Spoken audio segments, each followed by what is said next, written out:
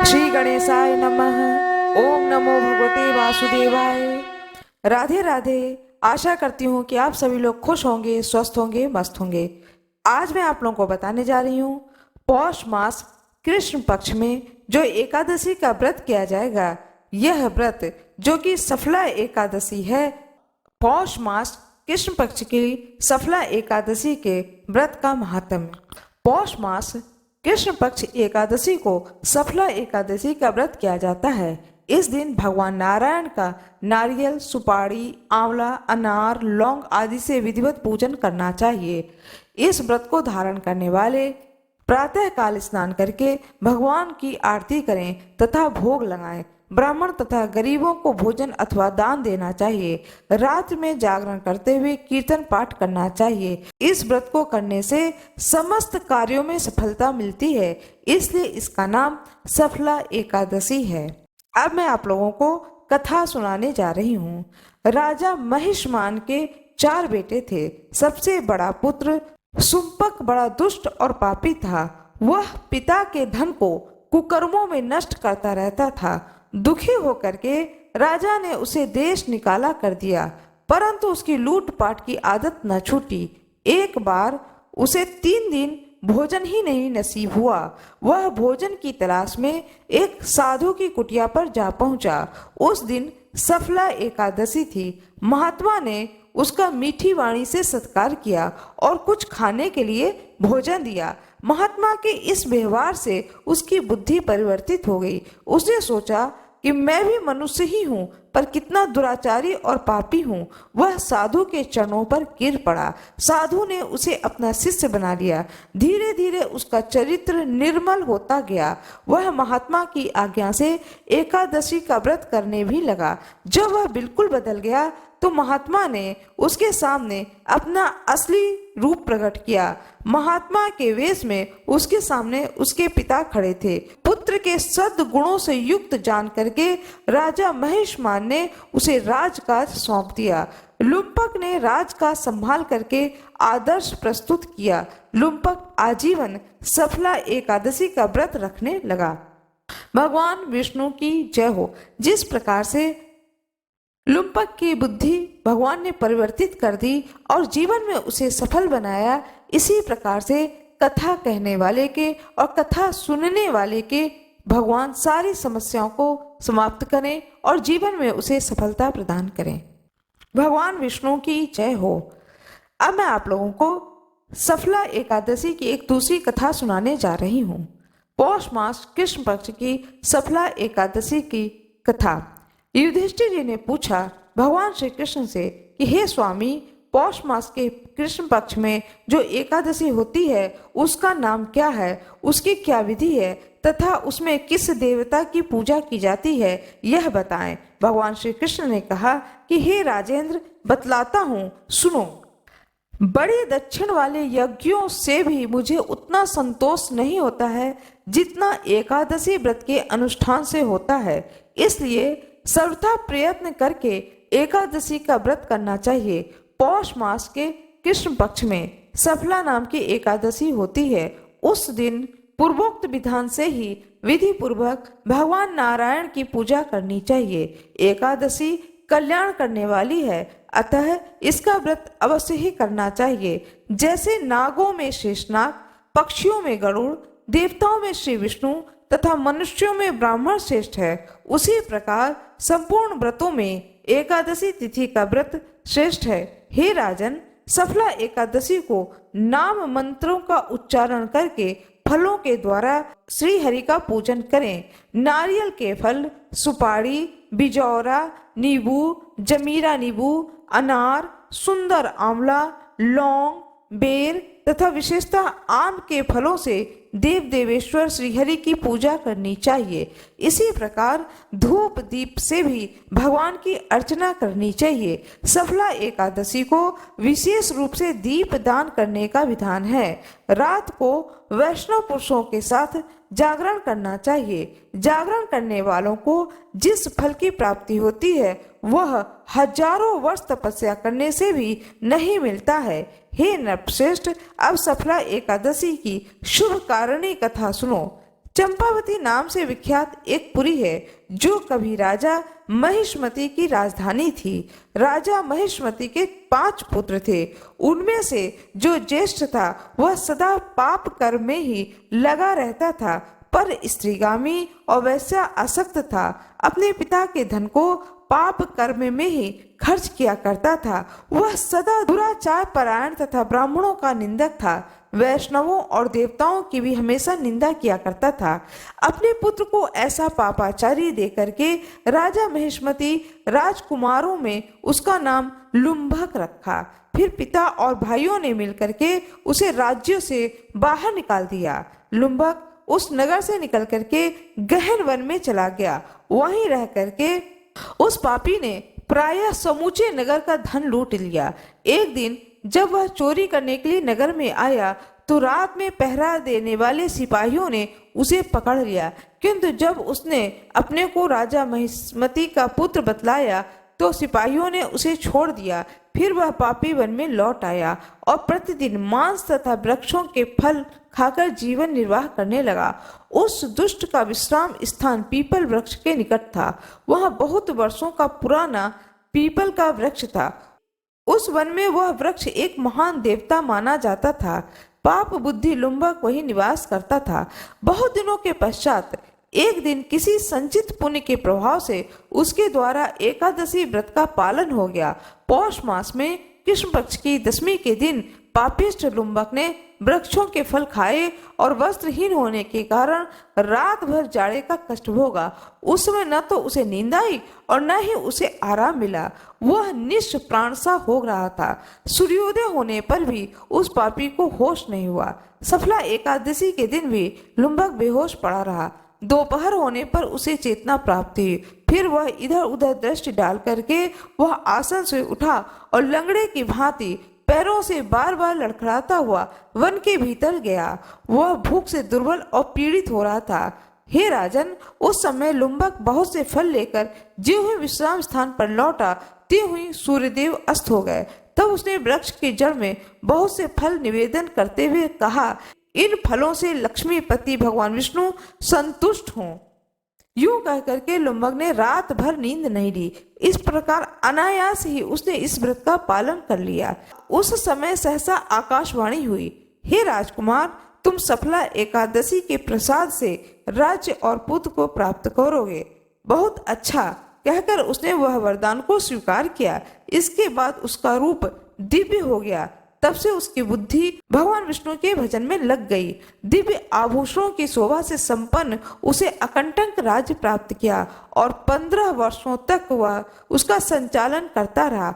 उस समय भगवान श्री कृष्ण की कृपा से उसे मनोज्ञ नामक पुत्र उत्पन्न हुआ। जब वह बड़ा हुआ तो उस लुम्भक ने तुरंत ही राज्य की ममता छोड़कर उसे पुत्र को सौंप दिया और स्वयं भगवान श्री कृष्ण के समीप चला गया, जहां जाकर के मनुष्य कभी शोक में नहीं पड़ता है।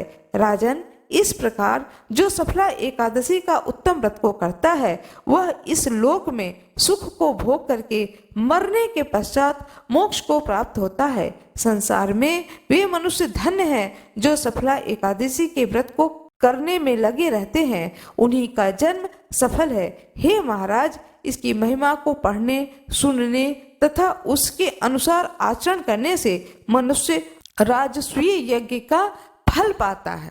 भगवान विष्णु की जय हो, माता लक्ष्मी की जय हो, खाटू श्याम बाबा की जय हो, भगवान श्री कृष्ण की जय हो, भगवान शंकर की जय हो, सभी संतों की जय हो, दिव्य संतों की जय हो, दृश्य संतों की जय हो, अदृश्य संतों की जय हो। आशा करती हूँ कि आप लोगों को यह एकादशी की व्रत कथा अच्छी लगी होगी। आज मैं आप लोगों को एक छोटी सी प्यारी सी कथा सुनाने जा रही हूँ। उन लोगों के लिए है जो भगवान को हर चीज का भोग लगाते हैं, उसके बाद उस चीज को ग्रहण करते हैं। भगवान को भोग लगाने का क्या फल प्राप्त होता है, यह प्यारी सी कथा आप लोगों को सुनाने जा रही हूँ। आप लोगों से कहना चाहती हूँ, यदि आप लोगों को यह कथा अच्छी लगे तो कृपया वीडियो को लाइक जरूर कर दीजिएगा। यह कथा उनके लिए है जो हर चीज भगवान को भोग लगा करके अर्पण करके खाते हैं। जब भगवान श्री कृष्ण ने सुदामा जी को तीनों लोकों का स्वामी बना दिया तो सुदामा जी की संपत्ति देखकर यमराज से रहा नहीं गया। यम भगवान को नियम कानूनों का पाठ पढ़ाने के लिए अपने बही खाते लेकर द्वारिका नगरी पहुंच गए और भगवान से कहने लगे कि हे प्रभु, अपराध को आप क्षमा करें, मेरे अपराध को क्षमा करें। हे भगवान, लेकिन सत्य तो यह है कि यमपुरी में शायद अब मेरी कोई आवश्यकता नहीं रह गई है, इसलिए मैं पृथ्वी लोक के प्राणियों के कर्मों का बही खाता आपको सौंपने आया हूँ। इस प्रकार यमराज ने सारे बही खाता भगवान के सामने रख दिया। भगवान मुस्कुराए और बोले कि यमराज जी, आखिर ऐसी क्या बात हो गई है जो आप इतना चिंतित लग रहे हैं? यमराज जी कहने लगे कि हे प्रभु, आपके क्षमा कर देने से अनेक पापी एक तो यमपुरी आते ही नहीं है, वो सीधे ही आपके धाम को चले जाते हैं। फिर आपने अभी अभी सुदामा जी को तीनों लोकों का दान दे दिया, सो अब बताएं कि हम कहाँ चले जाएं? यमराज जी भगवान से कहने लगे कि प्रभु, सुदामा जी के प्रारब्ध में तो जीवन भर दरिद्रता ही लिखी हुई थी, लेकिन आपने उन्हें तीनों लोकों की संपत्ति दे करके विधि के बनाए हुए विधान को ही बदल कर रख दिया। अब कर्मों की प्रधानता तो लगभग समाप्त ही हो गई है। भगवान श्री कृष्ण बोले कि यम, तुमने कैसे जाना कि सुदामा के भाग्य में आजीवन दरिद्रता का योग है? यमराज ने अपनी बही खाता खोला तो सुदामा जी के भाग्य वाले स्थान पर देखा तो चकित रह गए और देखते ही कहा कि जहाँ श्री 6 संपत्ति का 6 लिखा हुआ था, वहीं भगवान श्री कृष्ण ने उन्हीं अक्षरों को उलट करके उनके स्थान पर यक्ष श्री लिख दिया, अर्थात कुबेर की संपत्ति। भगवान बोले यमराज जी से कि शायद आपकी जानकारी पूरी नहीं है। क्या आप जानते हैं कि सुदामा ने मुझे अपना सर्वस्व अर्पण कर दिया था? मैंने तो सुदामा के केवल उसी उपकार का प्रतिफल उसे दिया है। यमराज जी बोले कि भगवान, ऐसी कौन सी संपत्ति सुदामा जी ने आपको अर्पण कर दी कि उसके पास तो कुछ भी नहीं है? भगवान बोले कि सुदामा ने अपनी कुल पूंजी के रूप में बड़े ही प्रेम से मुझे चावल अर्पण किए थे और जो मैंने देवी लक्ष्मी ने बड़े प्रेम से खाए थे। जो मुझे प्रेम से कुछ खिलाता है उसे संपूर्ण विश्व को भोजन कराने जितना पुण्य प्राप्त होता है, बस उसी का प्रतिफल सुदामा को मैंने दिया है। ऐसे दयालु हैं हमारे श्री प्रभु द्वारकाधीश भगवान श्री कृष्ण भगवान, जिन्होंने न केवल सुदामा जी पर कृपा की बल्कि द्रौपदी की बटलोई से बचे हुए साग के पत्ते को भी बड़े चाव से खा करके दुर्वासा ऋषि और उनके शिष्यों सहित संपूर्ण विश्व को तृप्त कर दिया था और पांडवों को श्राप से बचाया था। भगवान श्री कृष्ण की जय हो, उनके सारे भक्तों की जय हो, सुदामा की जय हो, यम देवता की जय हो, माता लक्ष्मी की जय हो, सभी देवी देवताओं की जय हो, सभी दृश्य ऋषियों की जय हो, सभी अदृश्य ऋषियों की जय हो। आज मैं आप लोगों को एक कथा सुनाने जा रही हूँ, तुलसी माता की कथा। कार्तिक के महीने में सब कोई तुलसी माता को सींचते हैं। सब कोई तो सींच के चले जाते थे, लेकिन एक बुढ़िया माई आती और माता तुलसी को रोजाना सींचती और तुलसी माता से कहती, सत्य की दाता मैं बिरला सींचू तेरा, तू कर निस्तारा मेरा। तुलसी माता अड़ुआ दे लड़ुआ दे, पीताम्बरा की धोती दे, मीठा मीठा घास दे, बैकुंठ का वास दे, चटके की चाल दे, पटके की मौत दे, चंदन की काठ दे, झालर की झिनकार दे, साईं का राज दे, दाल भात का जमीन दे, 11 का दिन दे, कृष्ण का कंधा दे। इतनी बात सुनकर माता तुलसी सूखने लगी। एक बार भगवान कृष्ण ने पूछा कि तुम्हारे पास तो इतनी औरतें आती हैं तुम्हें जिमाने, गातने, तुम्हें पूजने, और तुम सूखने कैसे लगी? तब तुलसी माता ने कहा कि एक बुढ़िया माई आती है जो रोजाना इतनी बात कहकर जाती है। मैं तो और सब कुछ दे दूंगी, पर आप भगवान कृष्ण के कंधा कहाँ से दूंगी? थोड़े दिन बाद वह बुढ़िया मर गई। सब उसको उठाने लगे, पर वह इतनी भारी हो गई कि उठे ही नहीं। सब कोई कहने लगे, पाप घाट की माला फेरती होगी जिससे इतनी भारी हो गई है। भगवान बूढ़े ब्राह्मण का रूप धारण करके आए और सबसे पूछने लगे कि इतनी भीड़ क्यों हो रही है। सब लोग बोले कि एक बुढ़िया है जो कि मर गई है, पापनी थी, इसलिए किसी से नहीं उठती। तब भगवान बोले कि इसके कान में एक बात कहने दो तो यह उठ जाएगी। सबने कहा, तू भी मन की निकाल ले। भगवान ने जाकर उसके कान में कहा, बुढ़िया माई तू बिरला सींचे मेरा, मैं करूं निस्तारा तेरा। बुढ़िया माई अड़ुआ ले गड़ुआ ले, पीताम्बर की धोती ले, मीठा मीठा घास ले, बैकुंठ का बास ले, चटके की चाल ले, पटके की मौत ले, चंदन की काठ ले, झालर की झिनकार ले, साईं का राज ले, दाल भात का जमीन ले, कृष्ण का कंधा ले। इतना सुनते ही बुढ़िया माई हल्की हो गई। भगवान ने कंधे पर लेकर के उसको गए, उसकी मुक्ति हो गई। हे तुलसी माता, जैसे उसकी मुक्ति करी है ऐसी हमारी भी मुक्ति करियो। जैसे उसको कंधा दिया है भगवान कृष्ण ने, ऐसे ही सभी को कंधा दें, इस कथा को सुनने वाले को और सुनाने वाले को। जिस प्रकार से भगवान विष्णु ने कृपा करी, उसी प्रकार से कथा सुनने वाले पर और कथा सुनाने वाले पर सदा सर्वदा भगवान विष्णु की कृपा बनी रहे। तुलसी माता की पौराणिक कथा सुनाने जा रही हूँ। इस पर्व की कथा का उल्लेख श्री पद्म पुराण तथा अन्य पुराणों में इस प्रकार से हुआ है।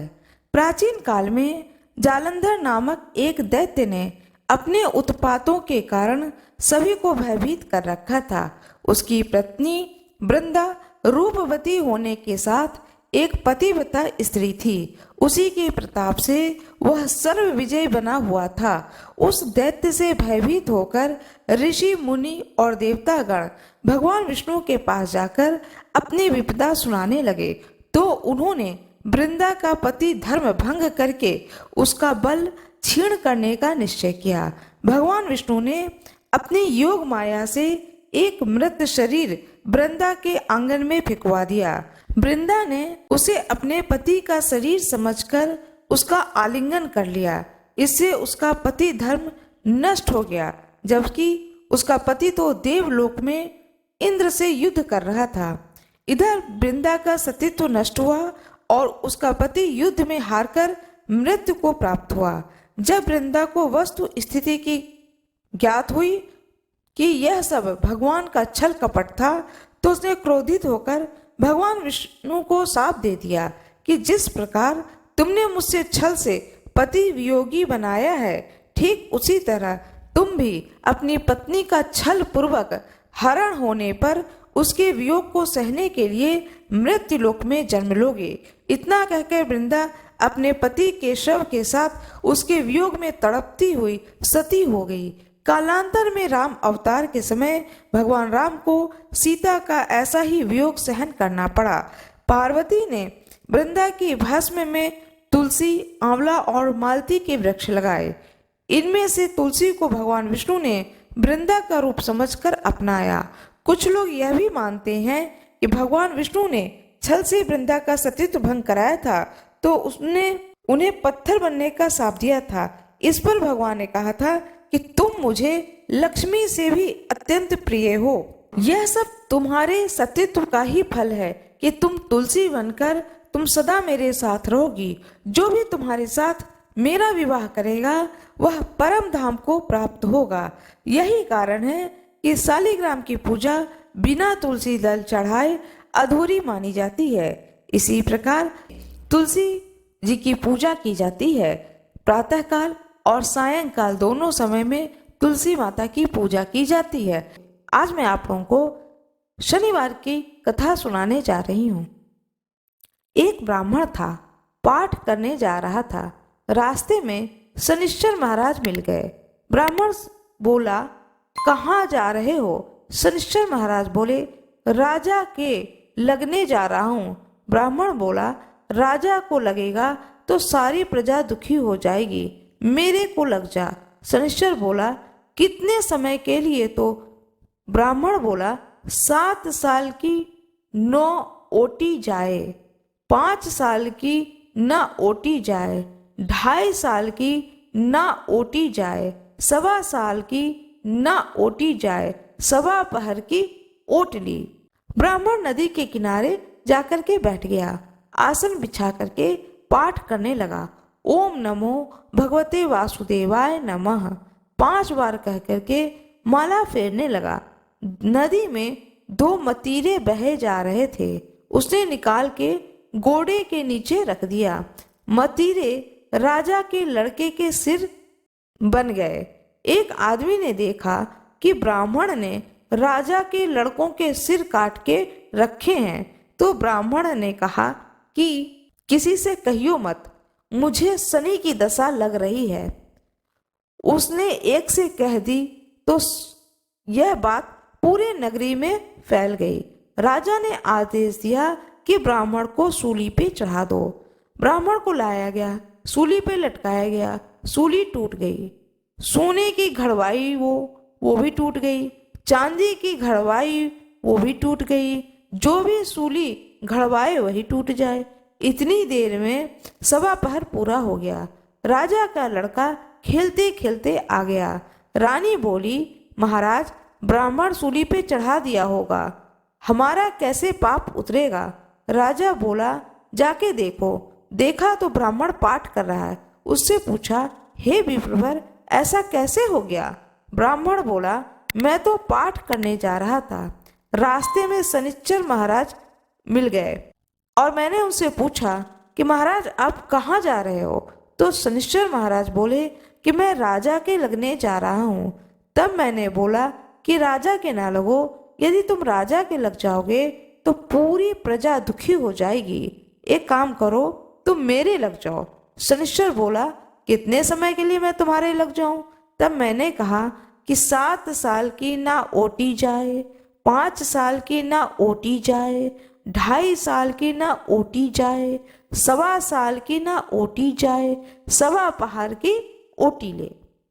राजा बोले, 1.25 पहर में ऐसे रंग दिखाए, इसकी दशा कैसे दशा उतरे? सोना चांदी का दान, तांबे लोहे का दान, पीतल का दान राजा तो कर दे, लेकिन गरीब कैसे करेगा? ब्राह्मण ने कहा, गरीब तेल की पाली, गुड़ की डली डकोत को दे दे। 7 बार पीपल में जल चढ़ा दें और 7 बार पीपल का फेरी ले। फेरी लगाते समय यह बोले, शनि देव टोटा कभी न आवे, टोटा शनि की घड़ी घड़ी ले 70 बला टाल दे।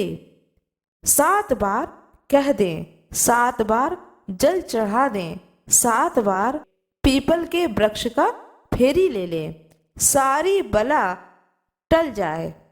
शनि की महादशा जो चलती है उसका प्रकोप हट जाता है।